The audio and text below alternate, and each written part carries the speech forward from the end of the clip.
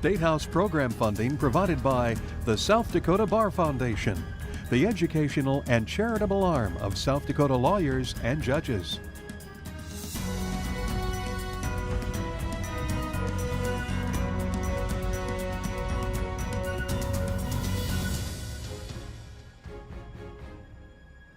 Hello and welcome to SDPB's coverage of the Governor's Budget Address. I'm Stephanie Rissler alongside Kara Hetland. In just a few minutes, Governor Dennis Daugaard will deliver his budget recommendations to a joint assembly of the House of Representatives. Those recommendations will be for fiscal year 2017. Exactly, and lawmakers are just being seated. Be sure and stay tuned all the way to the end as we will talk with lawmakers for their reaction from this governor's speech and also get some of their priorities as well.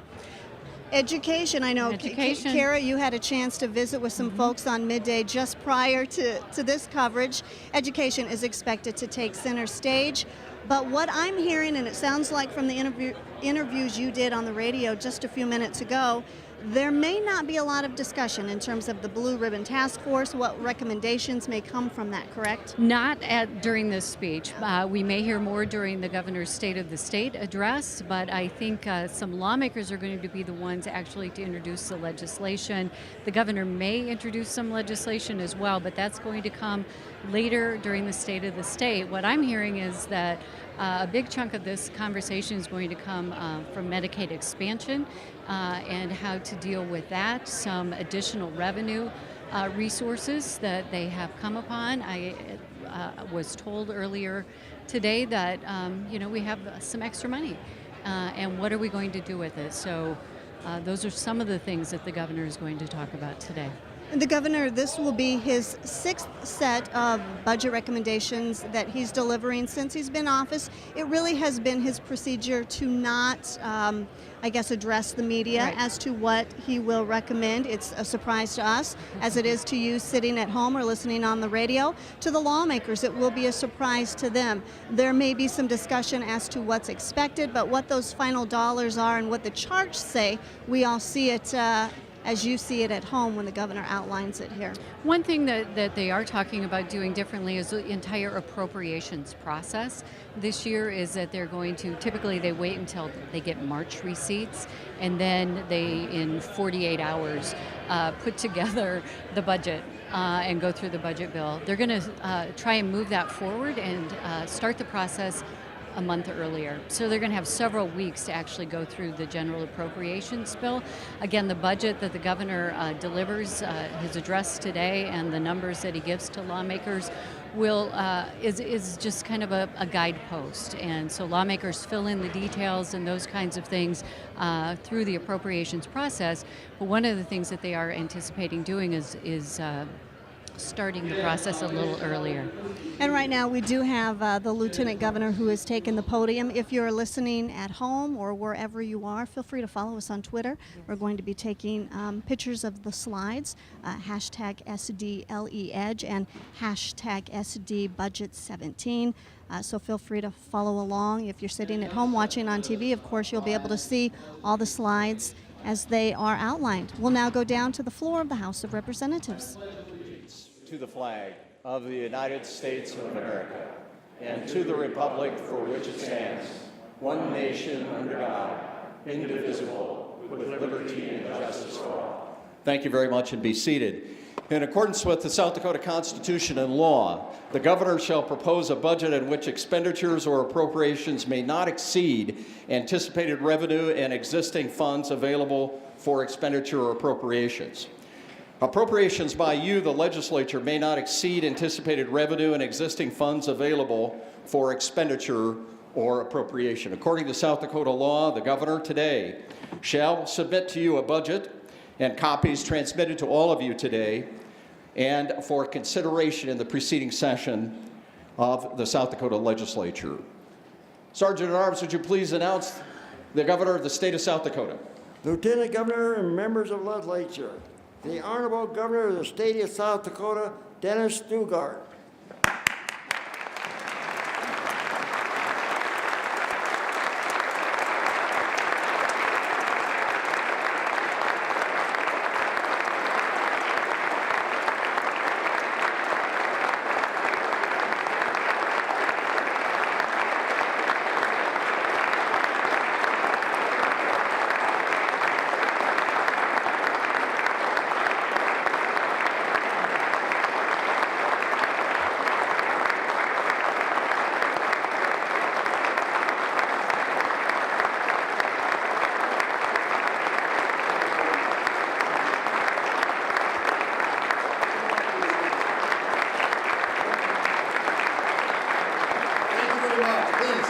seated. Thank you. Thank you very much.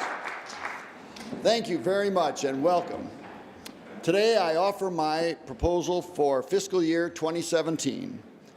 In today's remarks, I'll review the state's economy, our revenues and expenses for the current year, and offer my proposals for next year. Happily, the climate today is much different than when I proposed the budget in January of 2011, when the nation was still reeling from recession. We worked together to bring our budget into structural balance, and many of you made very difficult choices on behalf of our state. Today, we're stronger than ever because of those choices, and I still appreciate your courage.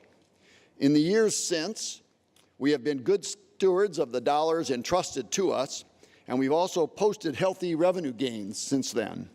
And this has given us unique opportunities. We've had one-time money to invest in debt repayment, state parks, railroads, and scholarships, to name just a few. Let's take a look at how the last several years have ended.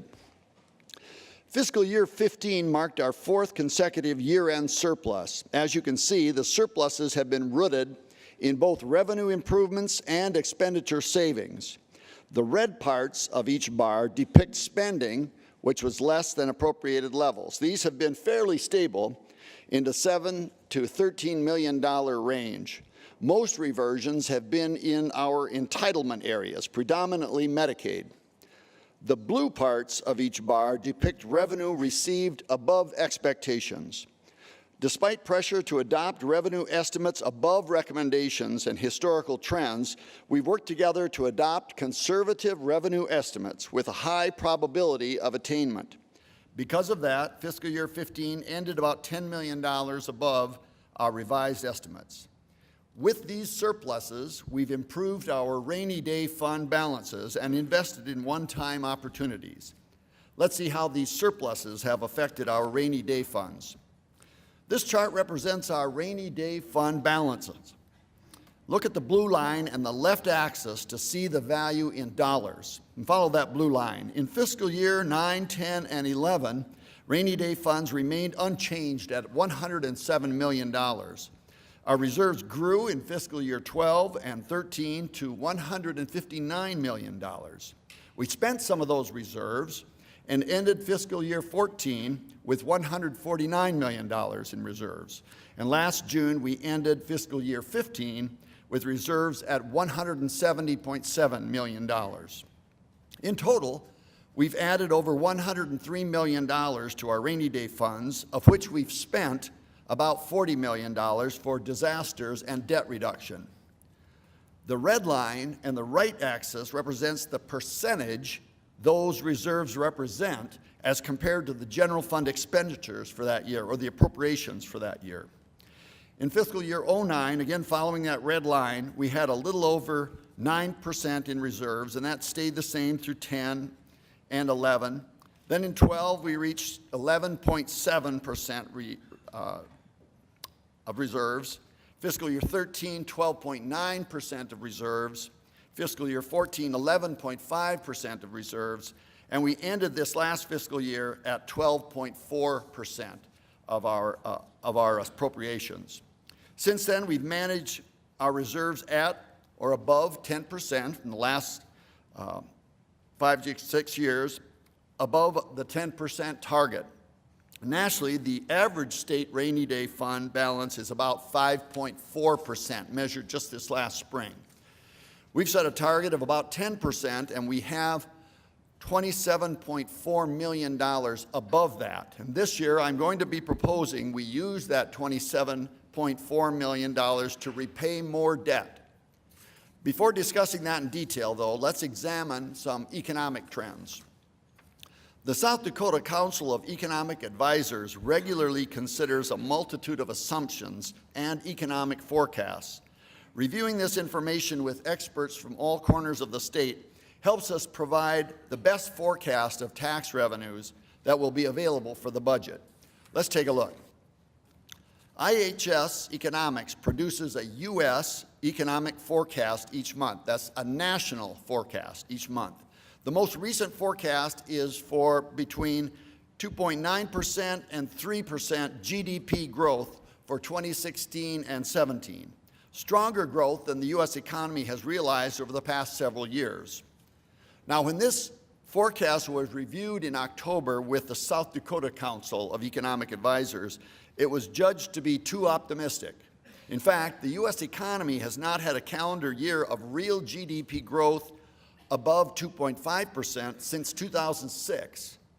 Compared to other forecasts from economists at Wells Fargo and the Federal Reserve, IHS is on the optimistic side, and looking back, they've been consistently overly optimistic over the past few years.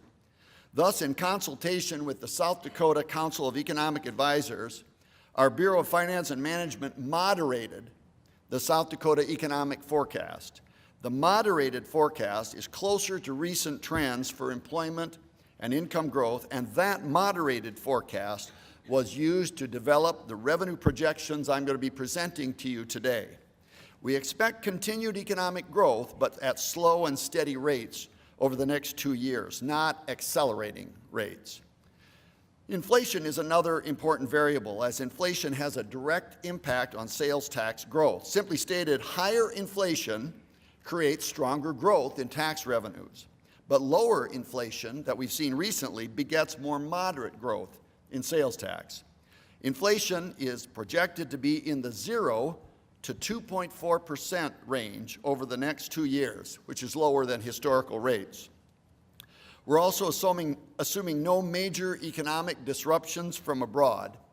Although volatile foreign economies can have an impact on the U.S. economy and South Dakota, major disruptions are impossible to predict, and we're not assuming any will occur.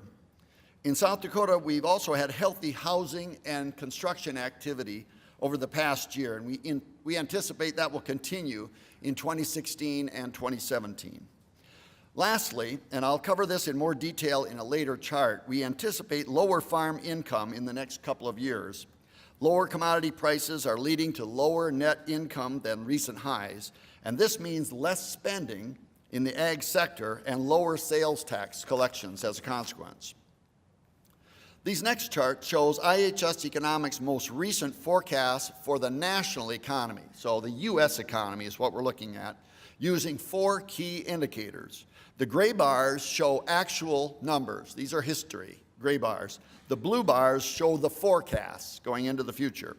The first chart, top left, shows the U.S. real gross domestic product in trillions of dollars. Real GDP is considered the most comprehensive measure of the U.S. economy. Real GDP was flat during the recession years. Since then, GDP growth has been around 2.5%, slower than the 3.0% rate seen before the recession. IHS Economics forecasts stronger growth in 2016 and 17, as I mentioned earlier, rates of 2.9 and 3% growth, respectively. Top right chart shows U.S. employment. The U.S. economy lost about 8.7 million jobs during the recession, and it was nearly 7 years after the recession began that those jobs were recovered. The job growth forecast for 2016 and 17 for the nation is growth of 1.6 and 1.4%, respectively. The bottom left chart shows millions of U.S. housing starts. Although housing starts have grown, the nation has not yet recovered to levels seen before the recession, but is forecast to do so, as you can see, nearing 1.5 million units by 2017. The bottom right chart shows U.S. unemployment. The annual unemployment rate reached nearly 10% in 2009 in our nation. Since then, it has steadily dropped. The forecast for 2016 and 17 is to remain about 5% nationwide. Now we'll consider South Dakota-specific economic indicators, 4 of them: employment, non-farm income, housing starts, and unemployment. As I mentioned, the South Dakota Council of Economic Advisors met with the Bureau of Finance and Management in October and reviewed the latest IHS economic forecast for the South Dakota economy and deemed them too optimistic. So we're going to look at the moderated forecasts. These moderated forecasts were used to develop revenue forecasts for fiscal year 16 and 17. First, top left, South Dakota employment. During the recession, South Dakota realized job losses, as did the nation, but only at about half the rate of the U.S. economy.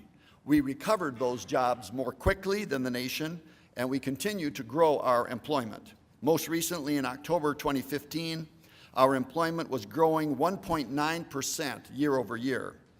We anticipate growth of 1.4% in 2016 and in 2017, adding approximately 6,000 jobs per year. Next chart, top right, South Dakota non-farm income. Income growth was flat during the recession years, but has grown fairly steadily since. South Dakota non-farm income is forecast to grow 4.6 and 4.8% in 2016 and 17. Bottom left is South Dakota housing starts. Housing starts dropped dramatically, even in South Dakota, during the recession. In 2012 through 14, we rebounded to over 4,000 housing starts per year, and we forecast similar levels for 15, 16, and 17. Last chart, bottom right, is South Dakota unemployment. After levels of 5% or worse during 2009 and 10, our unemployment rate has improved, and we project it around 3% steadily over the next few years. The bottom line, the moderated forecasts project continued slow and steady growth in South Dakota. We continue to be conservative in economic and revenue forecasts, as we've done the past several years. Now, this chart shows net farm income against sales tax collections on farm machinery. As you know, in South Dakota, many purchases by ag producers are exempt from sales tax, but sales and use tax does apply to farm machinery. The bars use the left scale to show South Dakota net farm income. Look at 2002 and 2006. See how the low income during those drought years. Look at 2008 and later. Income is strong with high crop prices and big harvests. In 2014, farm income dropped and is expected still lower in 2015. Harvests were good, but prices are lower. What does this mean to our budget? Well, the blue line and the scale on the right, the red line and the scale on the right estimates farm machinery sales tax collections. Look at 2007 and later on that red line. Tax incentives and strong farm income fueled machinery purchases, and sales taxes shown here grew from $17.4 million in FY08 to nearly $44 million in FY14. And of course, this boosted our tax revenue during those years. Now we see fewer farm machinery purchases, which means less sales tax. In FY15, machinery sales taxes declined 23.5%. In FY16, year to date, it's down another 15%. So, of course, lower net farm income means less farm machinery sales tax. And this means our overall growth in total sales tax will be below average until farm income and equipment purchases level out. Let's now see how all those economic variables will affect revenue for the remainder of the current budget year and for next year. I've used this chart in the past to explain why we need to be careful as we forecast revenue. This chart compares ongoing general fund revenue as originally adopted to actual revenues ultimately received. For example, the first line, FY 2006, the legislature in March of 2005 adopted a $1 million revenue estimate. Actual receipts were better at $13 million. In FY7 and 8, before the recession, the forecasts were still pretty close, with actual collections a little lower than originally forecast. Then in FY09 and 10, during the recession, adopted estimates were too high and actual collections were significantly lower. We had to use one-time federal stimulus money to balance our budget. In FY11 through 14, we adopted more conservative estimates. In those years, actual collections exceeded the originally adopted estimates. Consequently, we had extra one-time money to spend in those years. For 2015, last year, we adopted original estimates that were above what BFM or LRC recommended, and actual collections came in lower, forcing a mid-year revision downward. Thankfully, we were able to reduce spending in some areas and still ended the year in the black. This year so far, actual revenue is above estimates, and it appears we can increase our estimate for the current year by $8.4 million. This means we will have additional one-time money to invest for FY 2016, and this also helps provide a larger increase than we would otherwise be able to expect for 2017. Now let's look at the detail of our current fiscal year's updated revenue forecast. This is the current year. We're almost midway through it. Sales and use tax is revised higher by $3.7 million as our collections started the year a little above projections. Lottery has been revised higher by $1.1 million, and this number includes instant online and video lottery receipts to the general fund. Video lottery is currently running 4.1% higher than a year ago. Contractors' excise tax has been revised higher by $3.1 million. Strong collections to finish FY 2015 and sustained growth in FY 2016 reflects continued strength in South Dakota construction activity. The insurance company tax up $2.8 million as collections finish 2015 ahead, and we anticipate that growth to continue in FY 2016 with increases in property, casualty, and health premiums. Unclaimed property revenues were revised $1 million higher due to higher receipts so far this fiscal year. And of course, we get the vast majority of this money in November, so we know what the vast majority of that collection will be. And claim payments so far are running below last year's pace. Licenses, permits, and fees are up $500,000 as collections have been slightly ahead. Tobacco taxes revised higher. We had 2 strong months of collections at the beginning of the fiscal year. And the bank franchise tax has been revised lower, mainly due to credits paid in the current year, with estimated quarterly payments higher than actual liability. Other ongoing receipts have been revised slightly lower also. So the revised total ongoing revenue is $1,441.5 million. That is $8.4 million higher than the originally adopted forecast. Remember that $8.4 million number because it will contribute to one-time spending opportunities this year. $8.4 million. Now let's look at next year, our FY 2017 projected revenue. This is the year beginning July 1.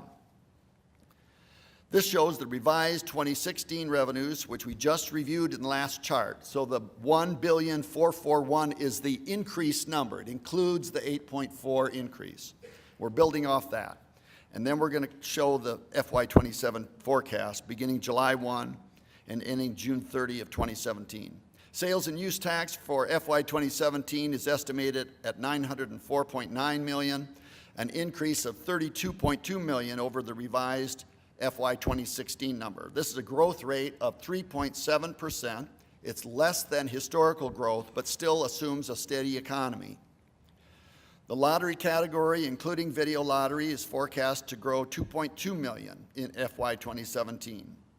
Contractors' excise tax is forecast to grow $4.1 million in 2017, a 4.1% growth rate, indicating continued healthy construction activity in South Dakota.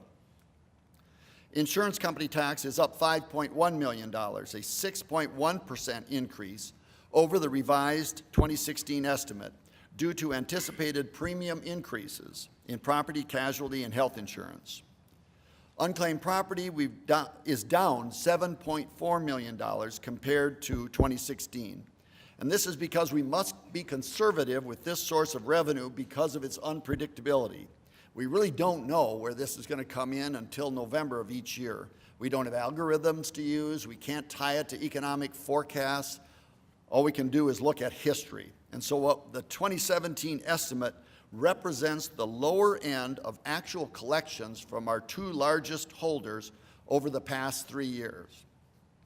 License permits and fees are up $2 million, mostly from growth in security fees anticipated for 2017.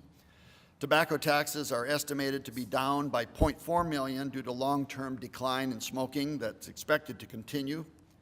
Bank franchise tax is up $6 million for FY17. Remember, the 16 estimate was revised downward because of overpayments. We expect 17 to be closer to normal. That 11.4 number is closer to normal. Other ongoing receipts up $7.1 million due to higher receipts from trust funds and also related to the corrections budget restructuring I'm going to be talking about a little bit later. Total ongoing revenue is projected at $1,492.6 million, up $51.1 million compared to the revised number, which itself was up 8.1. So add that 51.1 to 8.1, and it means the new ongoing revenue available in 2017 is $59 million. New ongoing revenue, $59 million. This chart compares ongoing revenue available to cover ongoing expenses for the past 3 budgets. 2 years ago at this time, we had the luxury of a $6 million structural surplus that the legislature left on the bottom line. The then current year revised ongoing revenue growth was $33 million. To that, we added $40 million of ongoing revenue growth for the following budget year. That totaled $79 million of new ongoing revenue to budget for ongoing expenses. Then last year, we didn't have any money available on the bottom line, which is more typical, but we also had to decrease the then current year revenue projection by $11 million. Again, we adopted a revenue estimate that was beyond recommendations by either BFM or LRC. And so we had to decrease our revenue projection by $11 million. Combining this with budgeted year revenue growth of $60 million allowed just $49 million of ongoing revenue growth when we built the FY16 budget. Today, we're able to increase our current year revenue growth by $8 million because we were more conservative when we adopted our revenue estimate last March. And we added to the budgeted year's ongoing revenue growth of $51 million, and again, this provides that $59 million of new ongoing revenue toward new FY 2017 expenses. So again, being conservative in our revenue projections plays a very important role. By being conservative, this increase in revenue in the current year allows increased ongoing spending in the following year, in this case, fiscal year 2017. So let's shift gears now and talk about how I'm proposing to utilize the $59 million we believe will be available to us next year. Let's look at expenses as an overview. In the past, I've recommended utilizing one-time dollars to reduce liabilities or ongoing expenses. And this year, my proposal uses one-time funds in FY 2016 to repay debt held by the Board of Regents and the technical institutes. By doing so, we can repurpose the avoided payments to freeze tuition at both the Board of Regents and the tech schools. Secondly, the formula we use for Medicaid would require a 2.1% increase for this year. It's based on a prospective inflation consideration, but I'm proposing to give an additional 0.6% and also to improve rates of specific providers. Next, the budget also proposes to eliminate dependence on volatile federal or other funds within several agencies listed here.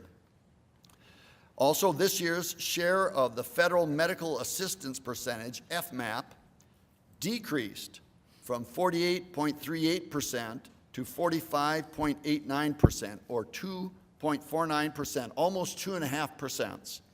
This savings is going to total $22 million, which helps augment new revenue growth of $59 million, making a total of $81 million in improvement.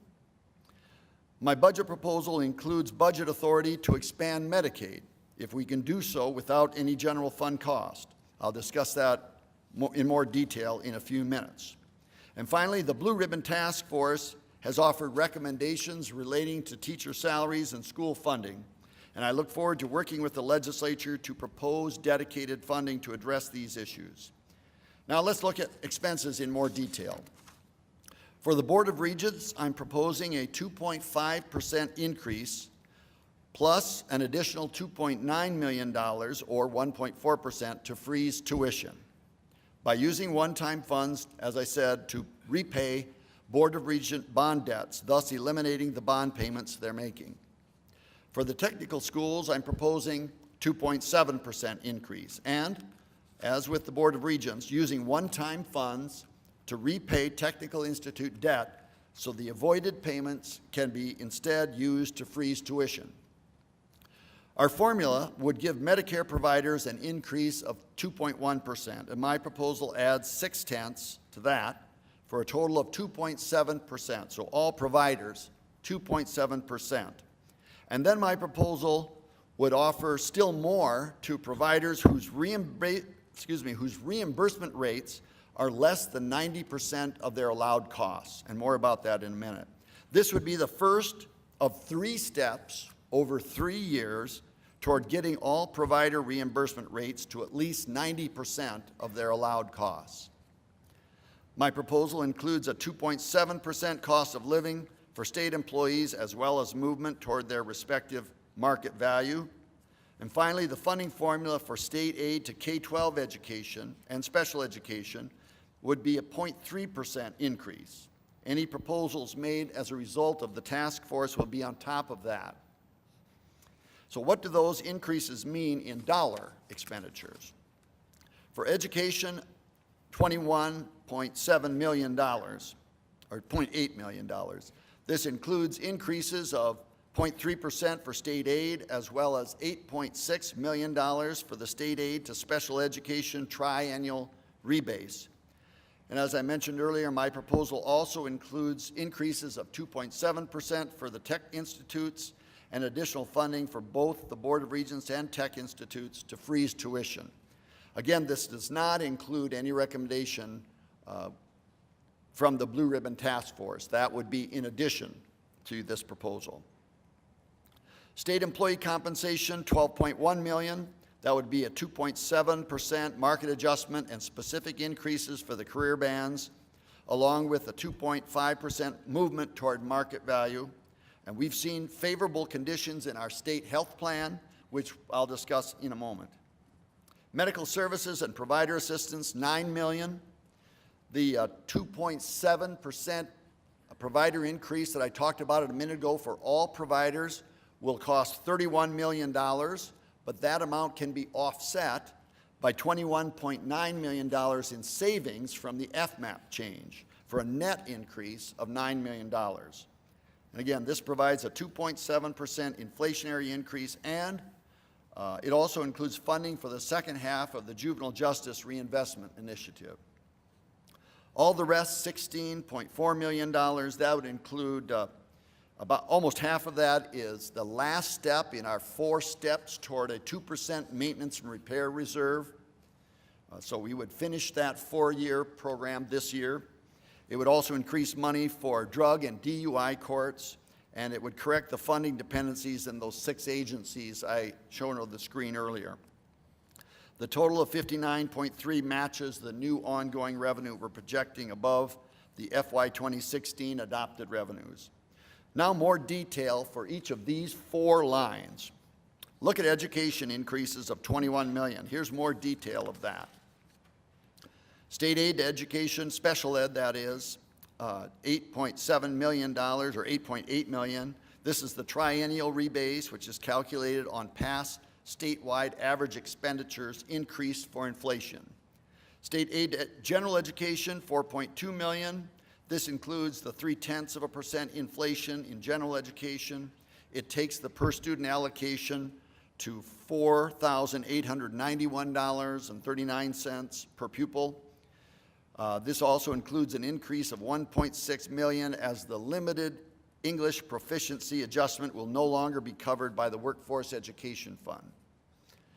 The Board of Regents, maintenance and repair, $3.3 million. This is, as I said, the 4th and final year of the 4-year plan we started to get our maintenance and repair budgets to a level which equates to 2% of the replacement value of our state buildings. This amount is the cost for the Regental academic buildings. The Technical Institutes formula, $1.2 million. This increases funding for the tech institutes to $3,487.39 per student, assuming 5,905 FTE. It includes money to pay for National Guard tuition in the formula. Dual credit increased demand, $566,000.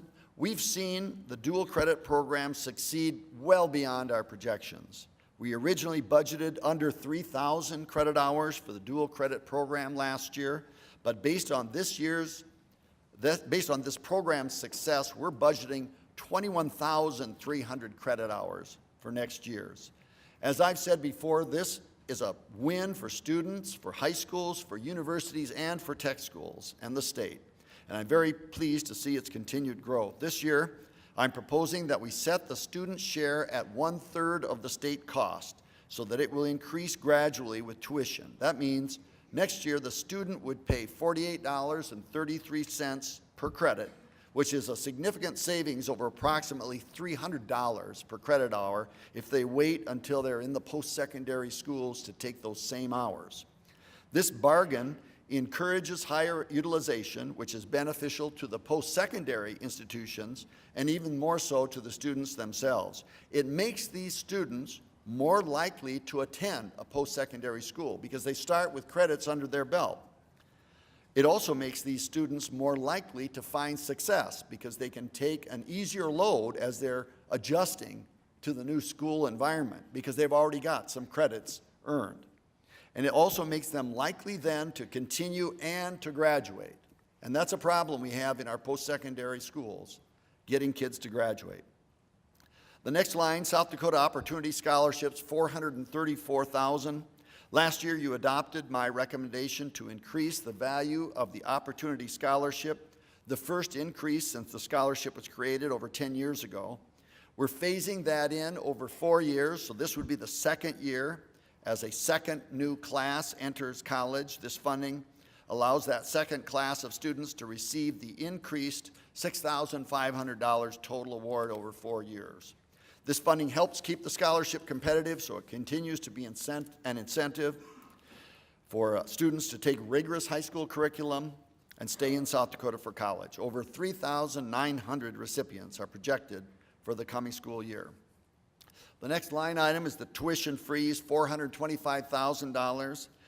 I mentioned using one-time money to pay off debt, and after the savings generating by paying off the debt, we'll still need a little bit of money to add to the formulas to freeze the tuition for the Board of Regents and the tech institutes. The $425,000 will do it. Finally, miscellaneous increases and decreases all that net out to be at $2.9 million, all add up to be the $21 million seen in the last chart total for education. I mentioned a couple of times, again, I want to restate it, I'm proposing to pay Regents and Technical Institute debt. This will free up ongoing funds that are currently used for those bond payments. Then that savings can allow those Board of Regents schools and tech schools to freeze their tuition. And let's look at that next. I'm recommending early repayment of 4 bond issues. The first column shows what these bonds financed. The first 2 issues funded Board of Regents science labs. And if these bonds look familiar, it's because 2 years ago, one-time funding was utilized to prepay half of those bonds that we were paying out of our general funds. This repays the other half that the tech schools, or in this case, the Board of Regents, are paying out of their budgets. The recommendation would pay the remaining bonds for those science labs, which the Board of Regents was paying with other funds. The third issue is a 2007 series bond associated with Western Dakota Tech and Southeast Tech. And the fourth issue is a 2014 series bond associated with Lake Area Tech, Mitchell Tech, and Southeast Tech. The second column shows the payoff amount for the bonds, the total of $42.3 million. And prepaying those bonds will save $3.7 million annually, which again would be repurposed by those institutions to fund the tuition buy-down at Board of Regents and the tech institutes. We also save $14.6 million in future interests and fees, primarily from the first 2 bonds listed.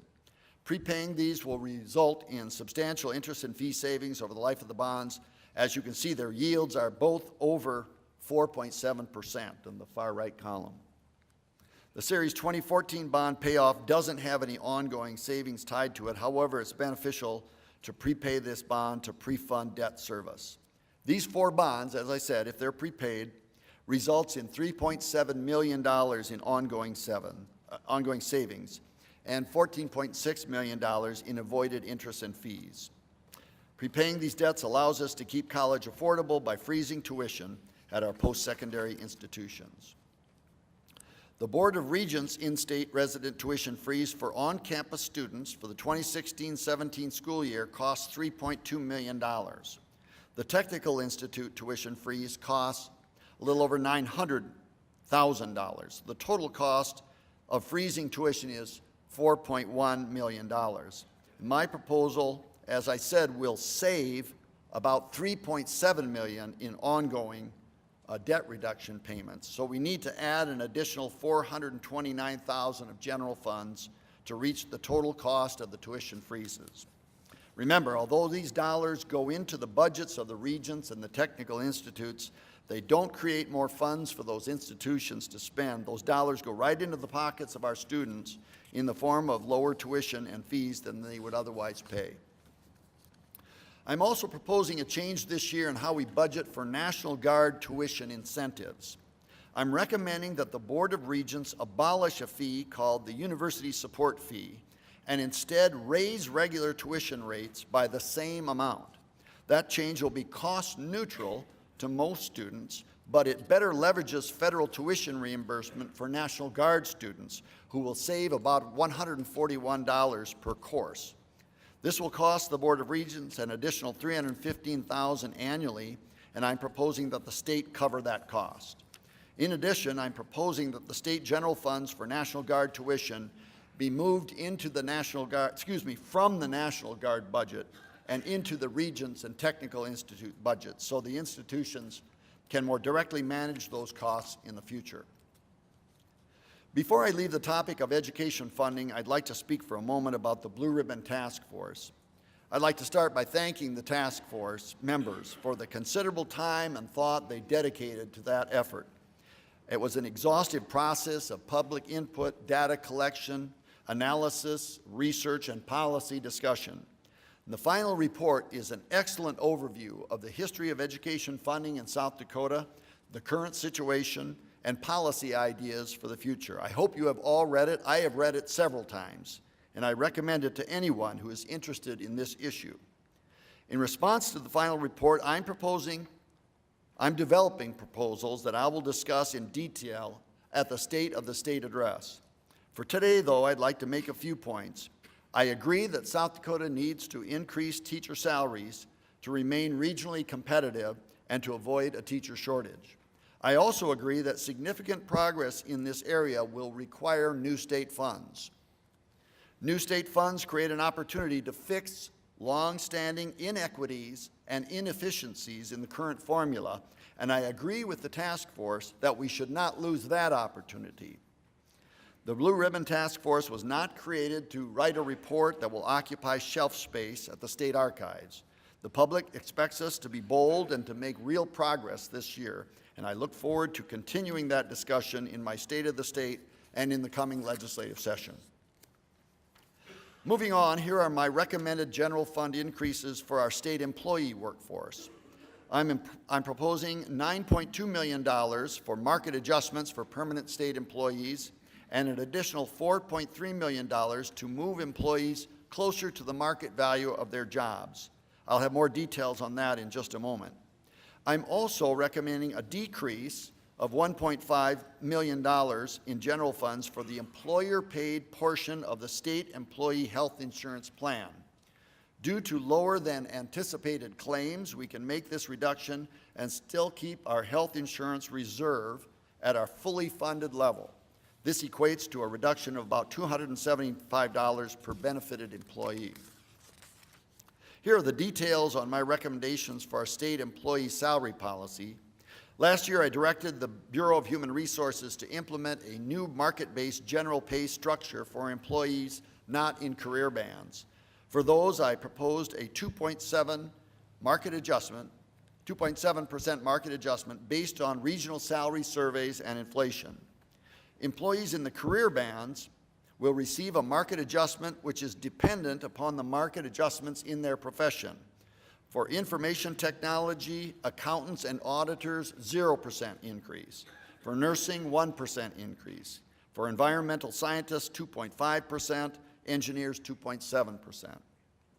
Progress continues in developing a performance-based model for the general pay structure. However, this year I'm recommending a flat 2.5% movement toward market value for employees who are below the market value of their job.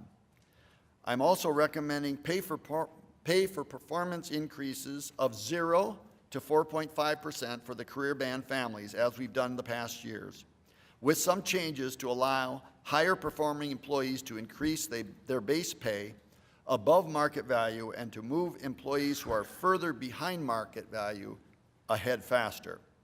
Finally, I'm also proposing to bring all pay grades up to at least 85% of true market minimums. The jobs affected include building maintenance workers, secretaries, correctional officers, and mental health aides. Here are my proposals for FY 2017 for medical and provider assistance in dollars. Provider inflation in dollars is $16.9 million. This is the 2.7% inflation adjustment for all providers in 2016. Of course, this supports providers such as nursing homes, community support providers, physicians, many other provider types. Growth in utilization in FY17, we're projecting $6.8 million growth in current Medicaid eligibles. In numbers, it's 1,708 individuals, which is a 1.4% growth of current enrollees.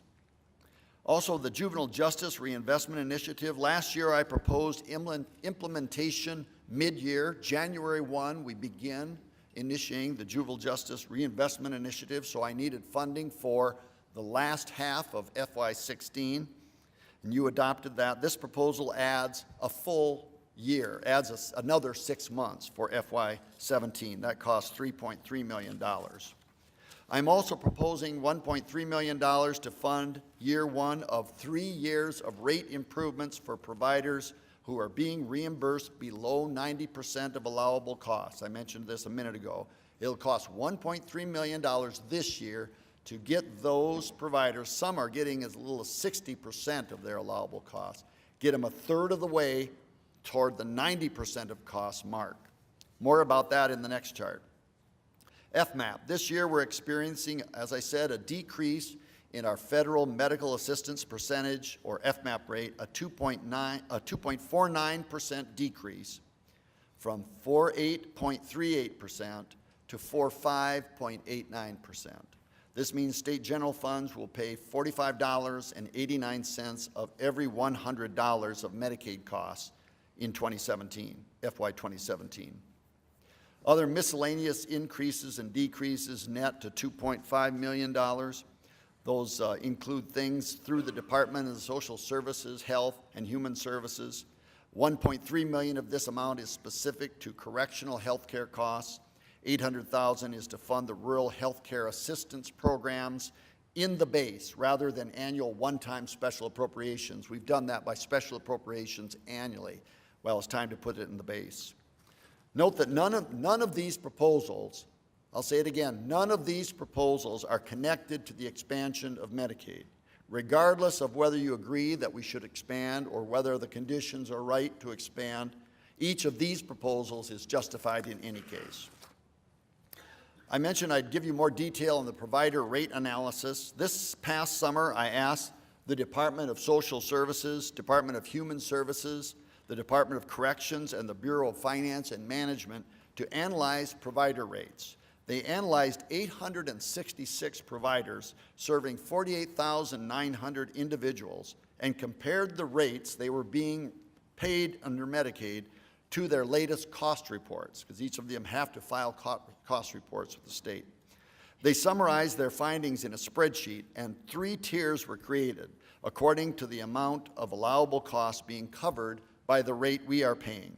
One tier of service categories is currently being reimbursed at less than 85% of allowable costs. Some of those are being reimbursed at only 62% of costs.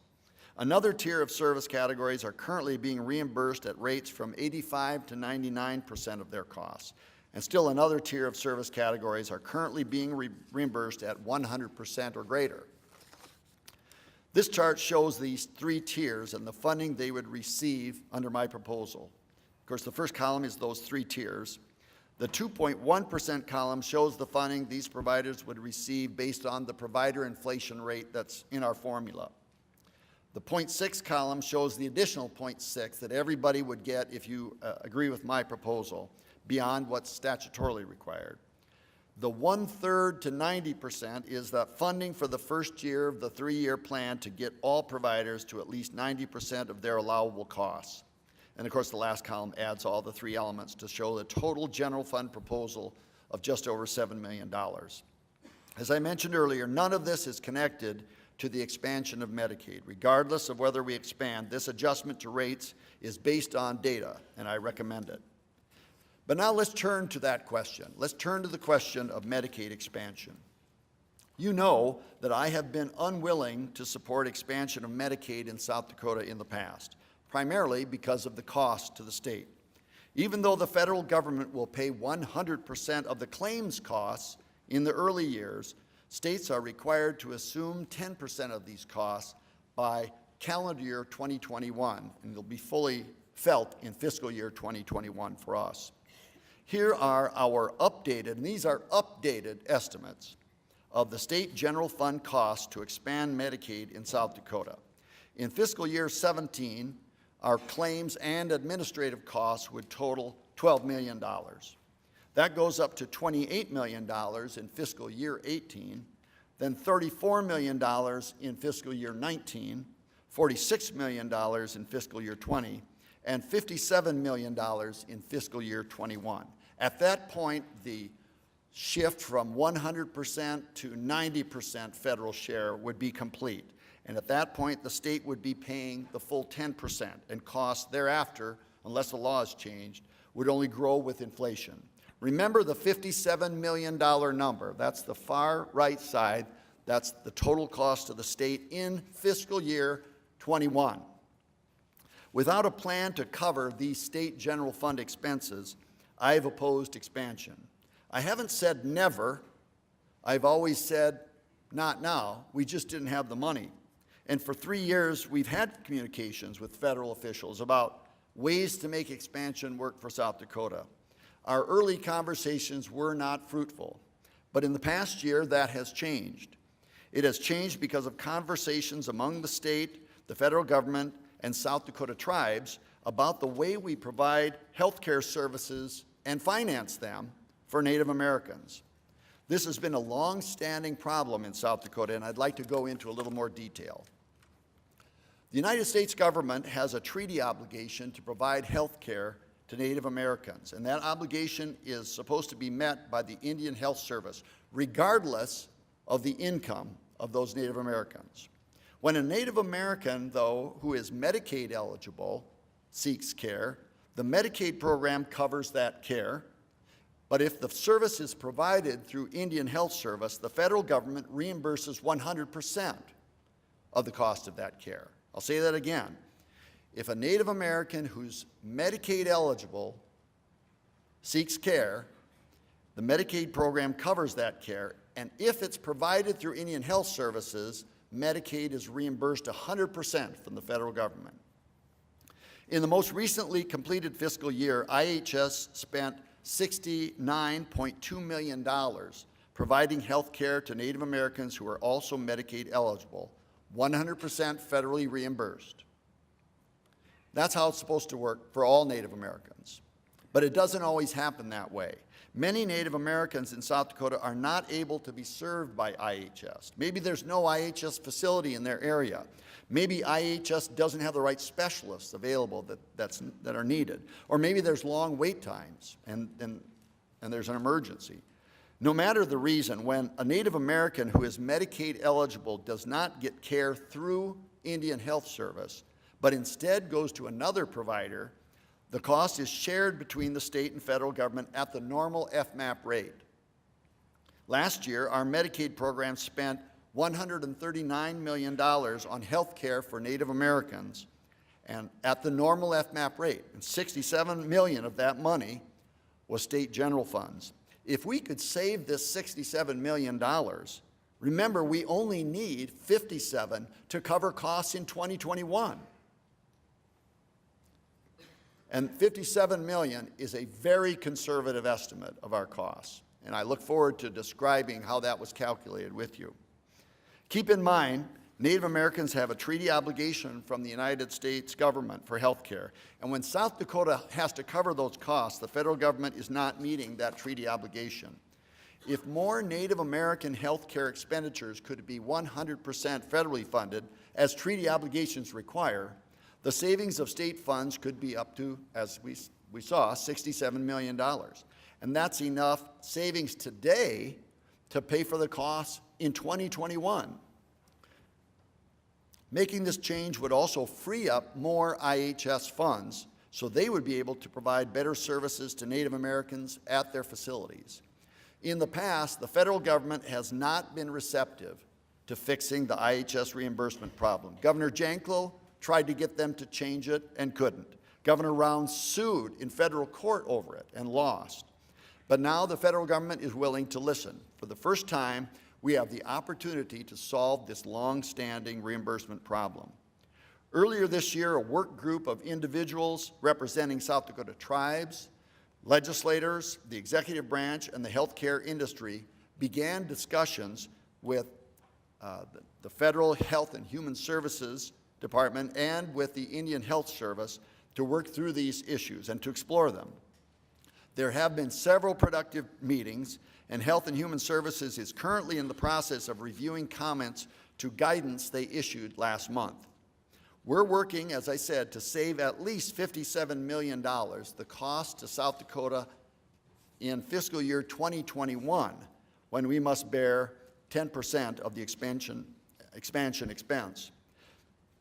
But it is only possible if we expand Medicaid at the same time.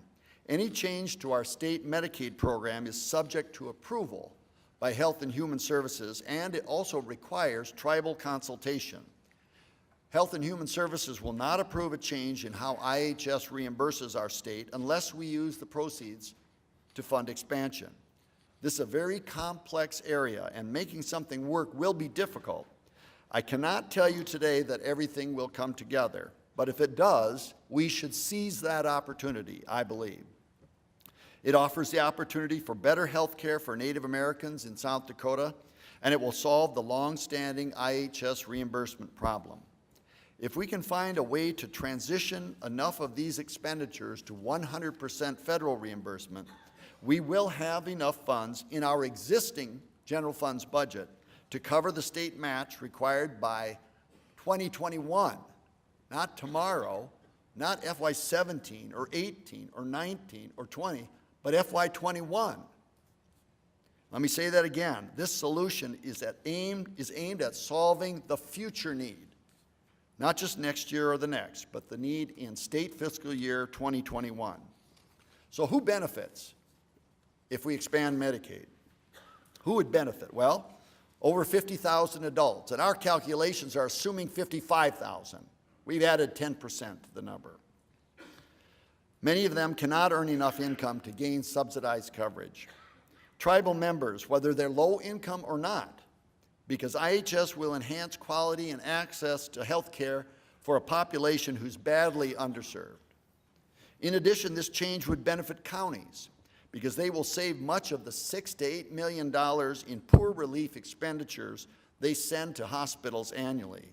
It'll also help sheriffs with jails, as well as state prisons, because they will avoid the medical costs for indigent prisoners who are hospitalized beyond 24 hours. It'll benefit hospitals, who will be able to reduce their charity care expense. Now, that expense is passed on to other patients like us. Hospitals would also see fewer uninsured adults seeking emergency room care. It would benefit all Medicaid providers, nursing homes, community support providers, group homes, and others, because significant savings in Medicaid could allow us to improve reimbursement rates in the future. What if we can save more than $57 million? There's an opportunity to improve rates for other providers.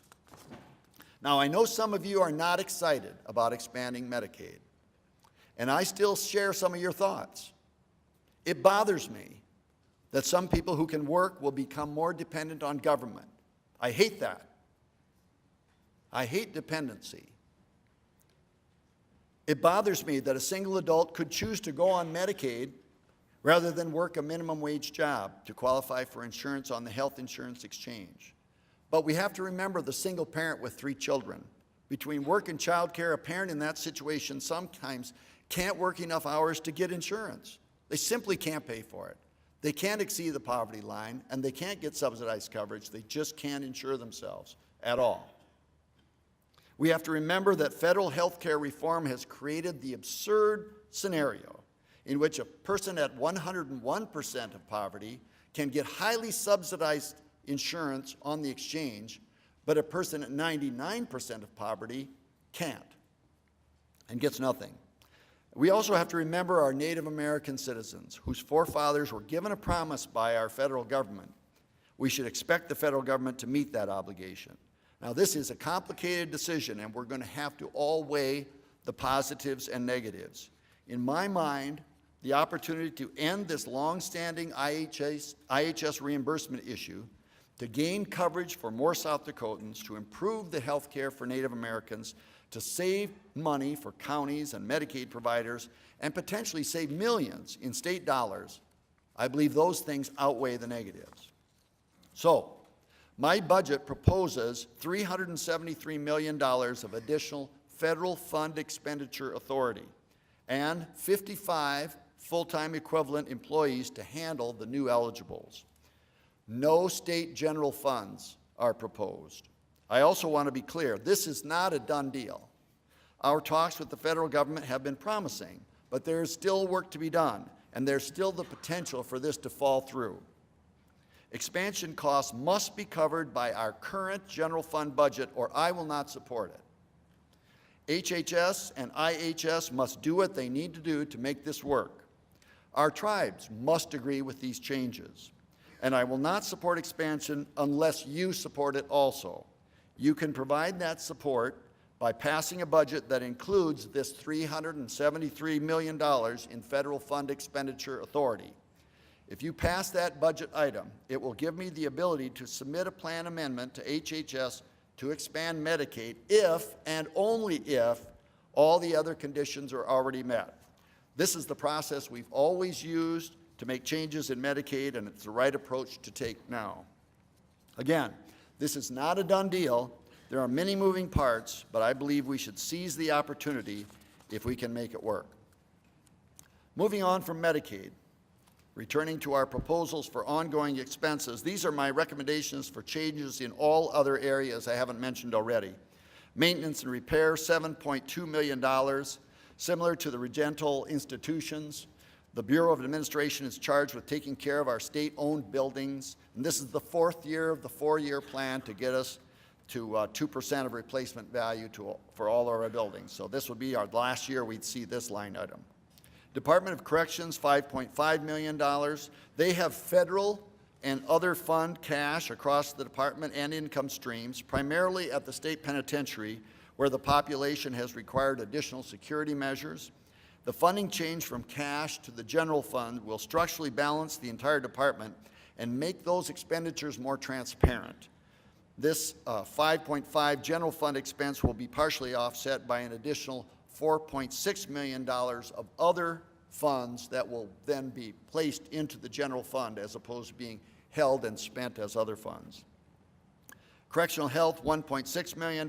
This includes $970,000, almost $1 million for treating inmates with hepatitis C, as well as contractual and inflationary increases. Drug and DUI courts, $934,000. They continue to be a successful alternative to incarceration and have helped to reduce recidivism. And this funding establishes a drug court in Brookings County and expands the drug courts in Minnehaha and Pennington counties. This increased funding will bring the number of drug and DUI courts in South Dakota to 14 courts. Miscellaneous increases and decreases, $1.2 million. Those are a number of budget adjustments across state government. I mentioned earlier a few other things in state government that I would like to address in this year's state budget. All of these items are located within the other categories I discussed earlier, but let me break a few of them out. Special education rebates, $8.6 million. This is required every 3 years when we recalculate the cost to provide special education services to different categories of students depending upon their severity of education need. Corrections reductions, I just mentioned that, so I won't repeat it. Secretary of State, $848,000. I'm recommending a change to the Secretary of State's budget to allow the Secretary to retain a larger share of fees collected to fund the business and uniform commercial code activities internally with other funds, thus requiring less general funds in the Secretary of State's budget. This, combined with a user fee package, will pay for increased costs and a new online business filing system to streamline their operations while holding the general fund harmless. Department of Labor, $525,000. The Department of Labor continues to face decreases in federal grant awards while costs to provide this needed service increases. My budget structurally fixes this shortfall while also cutting some staff. Department of Veterans Affairs, $500,000.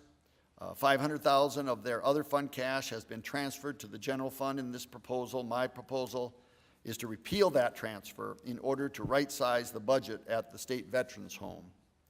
The Attorney General, $390,000. Funding for the Attorney General will be used to alleviate the structural shortfall within personal services been caused by increased overtime. As I mentioned before, I'm proposing using reserves and other one-time funds to repay debt. Also, FY16 revenues are higher than adopted, and FY16 expenditures are projected to be less than budgeted levels. These and other sources will cover the debt repayment and provide for other one-time spending opportunities in the current year. Let me detail those. First, where did the money come from? First, a nominal surplus. The legislature left a $10,000 surplus on the bottom line in FY16. Increased ongoing revenue in the current fiscal year are $8.4 million. You saw that earlier. I'm proposing cash transfers from the Department of Corrections, the Petroleum Release Compensation Fund, and the South Dakota Risk Pool, a total of $11.8 million. I'm proposing $27.4 million from reserves, as I mentioned earlier. This will still leave reserves at 10% of our general fund spending. A reduction, a reduction of annual appropriations. We've budgeted $12.6 million that I'm going to detail in the next chart that we do not need to spend this year, and we can instead spend it on one-time use. And then a total of one-time funds available in 2016 there, $60 million. Remember the $60 million number, but first let's go back to that last line item, the $12 million. Where did that come from? Reduction of some expenditure items. First, the state employee health insurance premium. We can reduce that premium in the current fiscal year, and by not spending those dollars, we can instead allocate them to a one-time expenditure. And as you saw, the FY17 budget proposes a lower level of premium expenditure. So a decrease of $8.3 million in general funds for the state employee health insurance premium. Also state aid, a decrease of $3.1 in general funds and state aid to general ed due to 277 fewer students than budgeted and higher property valuation growth than budgeted. And then finally, utility rate adjustments, decreases of $1.3 million in general funds due to reduced costs and lower usage in utility budgets. Here are my proposals to spend that $60 million. First, $42.3 million will be used to prepay bonds and repurpose the saved payments for tuition freezes, as I've already described. $2.4 million is to backfill the extraordinary litigation fund for litigation expenses not covered by the public entity pool for liability, or the people fund. That amount is $2.5 million, 2.4. Native American student achievement, $2.2 million is to improve the educational outcomes for Native American students based on the recommendations of the Native American Student Achievement Advisory Council. Their report was just issued. It should be available to you. Fire Suppression Fund to backfill $2.1 million for wildfires we've been fighting this past year. Need-based scholarship endowment, $2.1 million. During the 2013 session, some of you will remember, the legislature established an endowment fund to ensure that needy students are not discouraged from pursuing a post-secondary degree. My proposal would add $2.1 million to the current endowment of $1.5 million.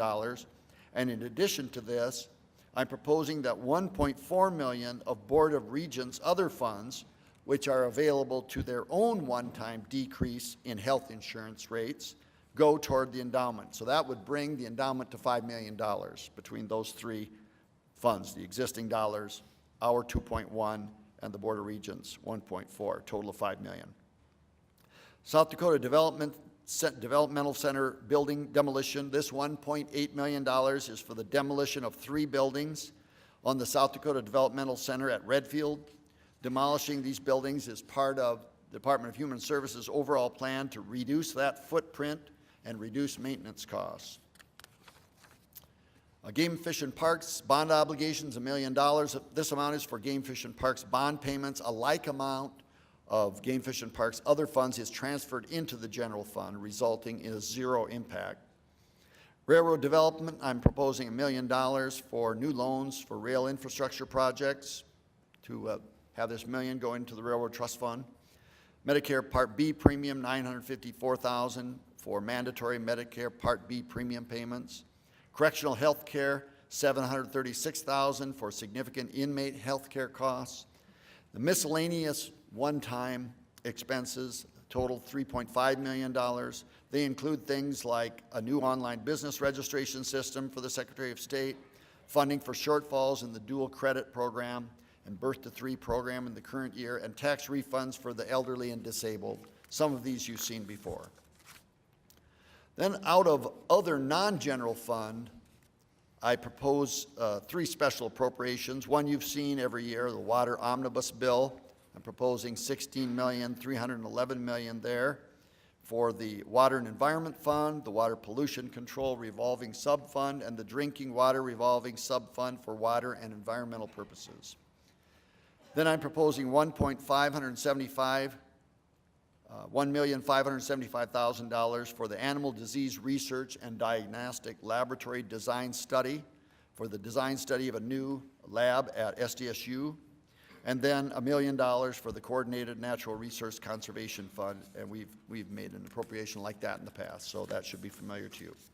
The total recommended budget is $4.4 billion, recommending over $4.8 billion in total spending in 2017. In addition, my proposal reduces full-time staff equivalent by 63 in 2017 for a total of 13,940 FTE. Both years are honestly balanced without employing any of the borrowing or accounting gimmicks seen in some other states. As I mentioned before, the topics of Medicaid expansion and education reform may have significant budget implications, but are also important policy discussions that I look forward to this session. This is an exciting time for South Dakota. We've managed our state well, I believe, and we have the opportunity to make great progress this year. I stand ready to join with the legislature as we develop solutions to these and other opportunities that face our great state. South Dakota is working. We're working better than many other states. We can proudly say we've balanced our budget honestly. Next year will be our 127th year. We've prudently set aside rainy day funds that allow us to address emergencies and seize opportunities that are available to us. We've made structurally balanced budget the norm. We've used one-time dollars prudently, ensuring they don't become an ongoing obligation. We've paid off even more debt. We have a state pension fund that's over 100% funded. That's a rare thing in today's world. We've memorialized financial practice improvements in statute.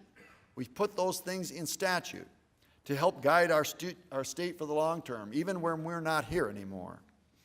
These practices are all paying dividends. As you know, S&P upgraded South Dakota's issuer credit rating to AAA last May.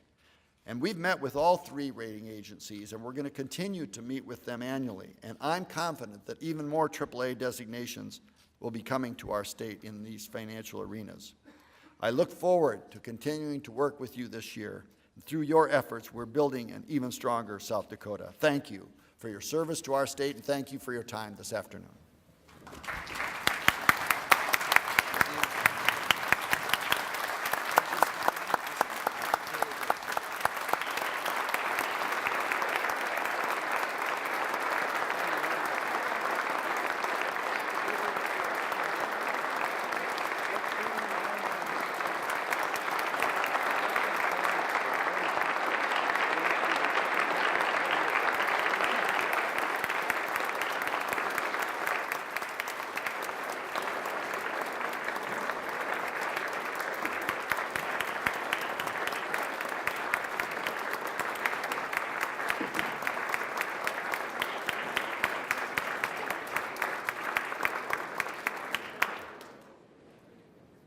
Safe travels, everyone. A blessed Christmas, happy Hanukkah, and we'll see you next year. And that will wrap up Governor Dennis Daugaard's address for fiscal year 2017, addressing a joint assembly of the House of Representatives. We are coming to you live from the State Capitol building.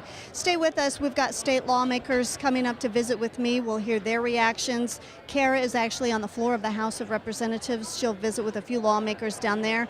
If you happen to miss any of today's speech, it will be archived at sdpb.org. There you can take a listen, take a look at it at your own convenience. And just remember, SDPB will return here on January 12th as the governor delivers the State of the State address. So what all did the governor talk about? Well, he did talk about education. He talked about Medicaid expansion, probably more Medicaid expansion than education. The Blue Ribbon Task Force was mentioned.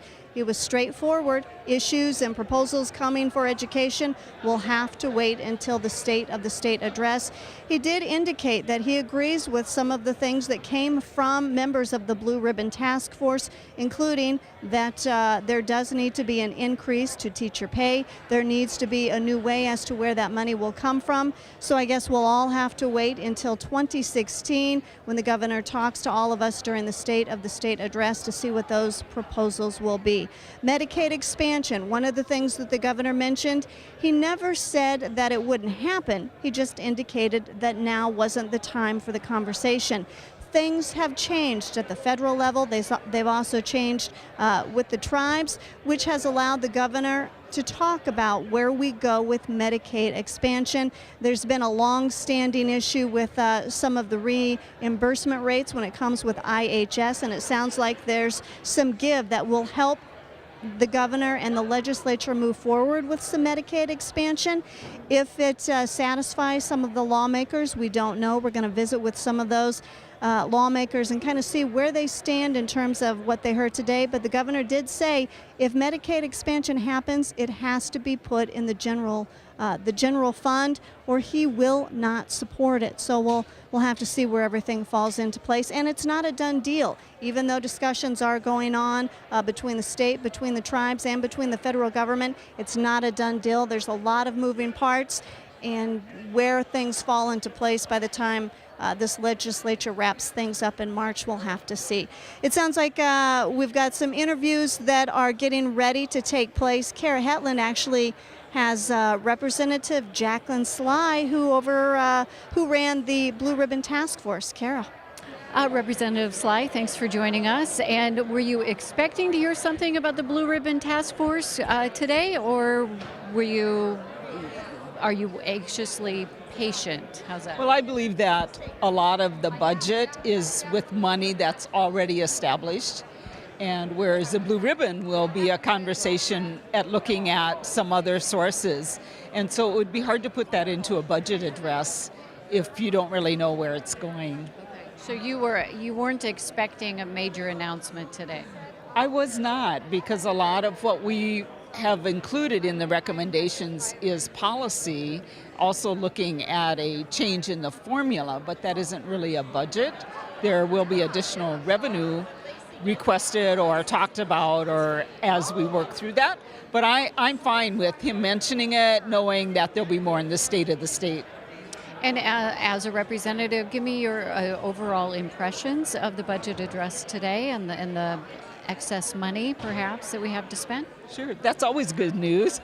We always look forward to having that, because that means that we have some flexibility in looking at some maybe projects or different things that maybe haven't been funded before. And when you have that little bit, we have to be really cautious, though. With one-time dollars, it's only there one time, so we have to make really sound decisions about that, whereas ongoing funds, then that's something that would be an ongoing expense. So oftentimes people think, oh wow, we have all this money. But we have to be really careful, because if it's something that's ongoing, it's not very prudent to put it into using one-time dollars.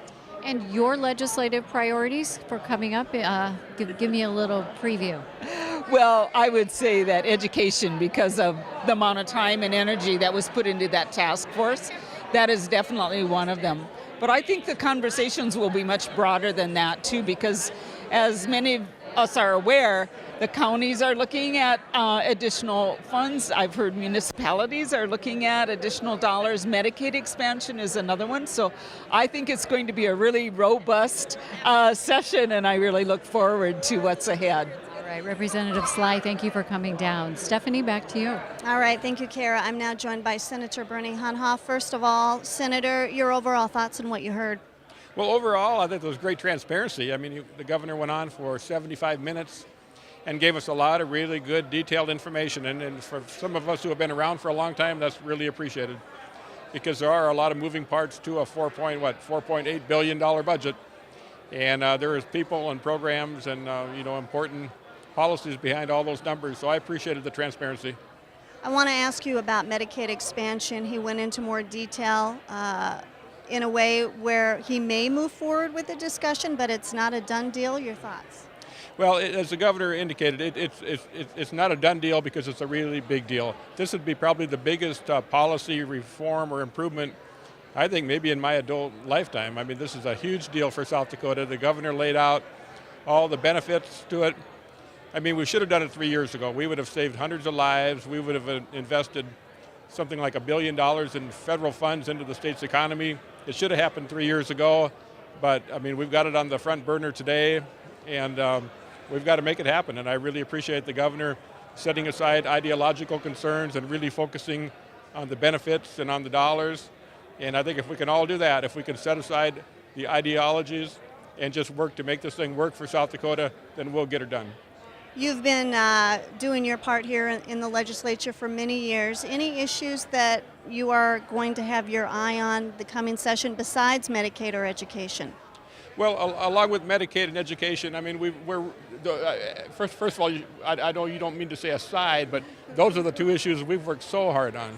And they've taken such a beating over these last several years that to have them on the front burner, I mean, a lot of us feel like, we've been playing in the minor leagues for a long time, and now finally we've got the real issues on the front burner, and it's going to be a very important session, because if we can do something with education and with Medicaid expansion, I mean, it's going to transform the state. Those are the two big issues. So it sounds like those will be the issues that you'll be focused on. And I hope the legislature doesn't get too distracted by lots of other issues, because those, if we could accomplish those two things, it would be a really big deal for South Dakota. All right, Senator Bernie Hunhoff from Yankton, thanks for joining me. Thank you. All right, Kara, we'll let you go from here. All right, and joining me now on the floor is State Senator Billy Sutton. Thanks for stopping by. And no real surprises for you? Not too much. I'm really happy to see Medicaid expansion be discussed so much in the budget. And this has been an ongoing process. It didn't happen overnight. Our party and members of our caucus have been involved in this discussion for the last really 3 years, but more specifically about the IHS issue the last 9 months.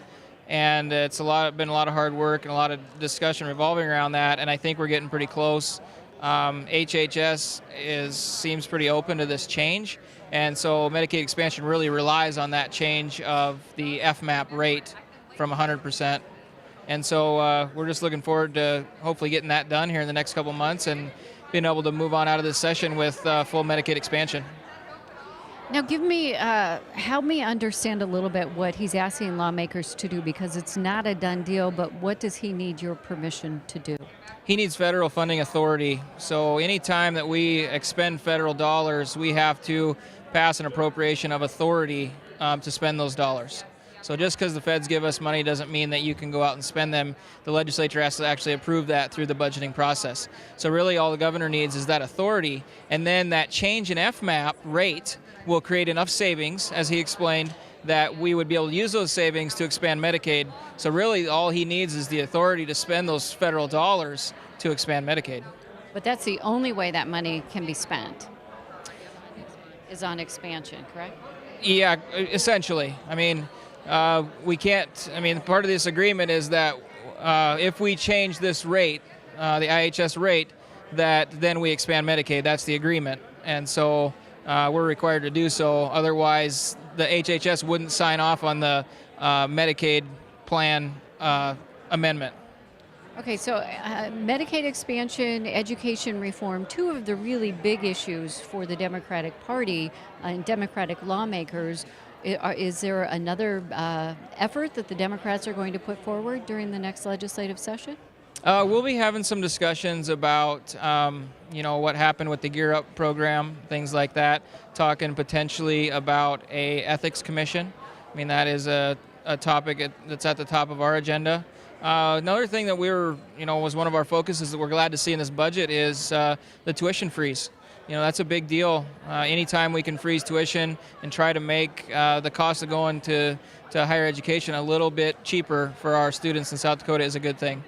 But still very much a conservative approach to the monies, to the revenues in the state of South Dakota. Yeah, and that shouldn't surprise anybody too much. Governor Daugaard has taken a really conservative stance since day one, and so it wasn't that surprising to see that. So I don't think anybody was knocked off their chair or anything with what he was talking about.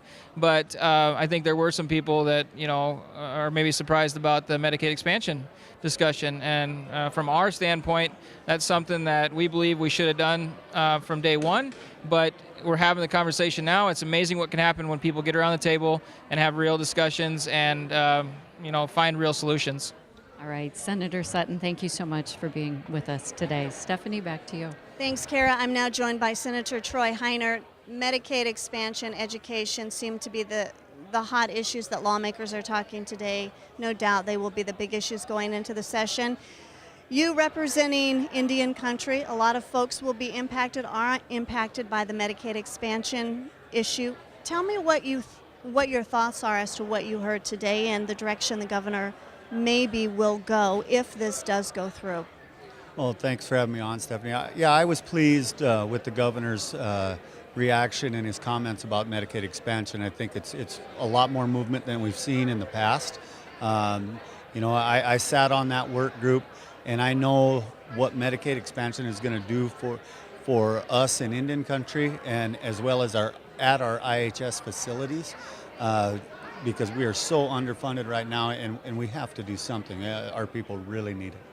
One of the things he said at the end is the money has to be allocated through the general fund bill, or he will not sign it. What are your thoughts on that? Well, I think, of course, I've supported it since it first came around. I think he could sign it at any time. I think he's going to need to show the legislature that it's going to be general fund neutral with the money that we're going to save changing that FMAP rate. And I think hopefully the legislature can get behind it and support him. In addition to Medicaid, tell me your thoughts overall on everything that you heard today come from the governor. Well, of course, it is what it is. I mean, that's the money we have. That's the money we're projecting. I think we've always been maybe a little bit too conservative because I've had to look people in the eye and say, sorry, I can't, we can't get this funded. And then, a month or so later, we have some money left in and we put it towards reserves. I think we could probably narrow that in a little more because there's some very worthwhile programs that we don't get funded right now. The big elephant in the room is the Blue Ribbon Task Force, and what's that going to look like? Nobody really knows what the governor's plan. I sat on that work group as well. I know the recommendations that we had sent, and we weren't all happy coming out of there. We didn't have full consensus there. So we'll see what the governor's plan is. We'll have to make our decision and look and see if we submit another plan or what we can support and what needs changed. All right, Senator Troy Heinert, thanks for coming to visit with us. We'll see you back here in January. All right, I know we're getting very close to wrapping things up. I do have one more interview, and I want to bring in Representative Peggy Gibson. Representative, we are live here. It's always kind of you to come up here and join us.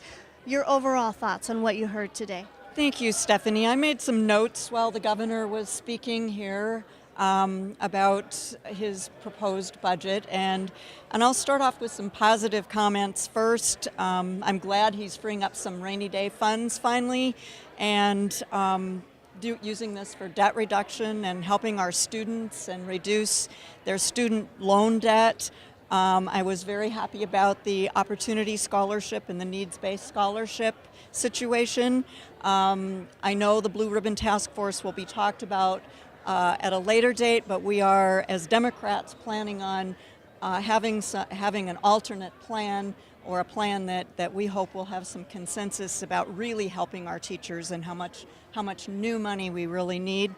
The dual credit opportunities are wonderful. I have students in my school district right now using those and taking advantage of those. The National Guard tuition was very positive.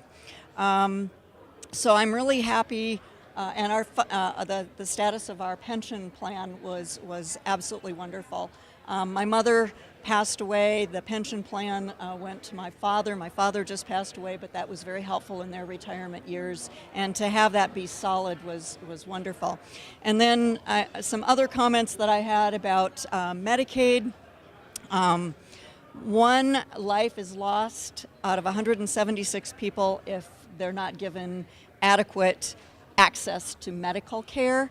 And that's from the New England Journal of Medicine. So in the last 3 years, by not expanding Medicaid, we have seen at least 300 South Dakotans die.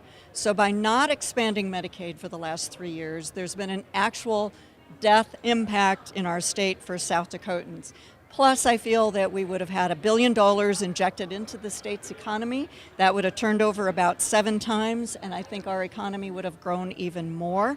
So the 2011 regressive cuts, which were so unnecessary and so harsh, are really catching up with us now, and we still aren't at a level where we have totally recovered from those cuts that I feel were not necessary. I am glad that the governor is seeing fit to consider expanding Medicaid to 55,000 working South Dakotans. These are not pawns. These are people who are actually out there working, but they just don't, they make a little bit too much to be covered by Medicaid right now.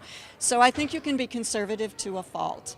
But I'm looking forward to doing some positive things for the state of South Dakota, freeing up some of that rainy day money and distributing our tax dollars as I see them to be fit.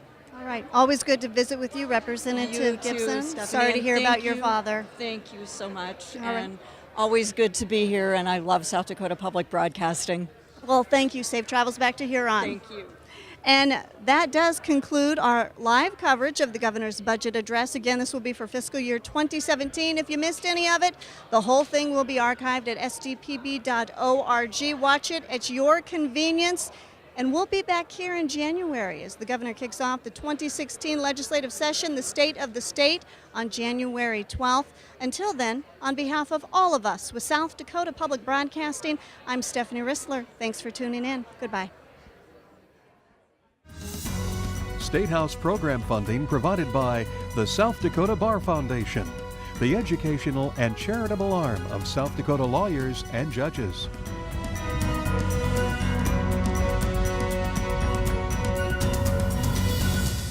Get complete coverage of the governor's budget address from SDPB. See our Veteran State House Team's report, rebroadcast tonight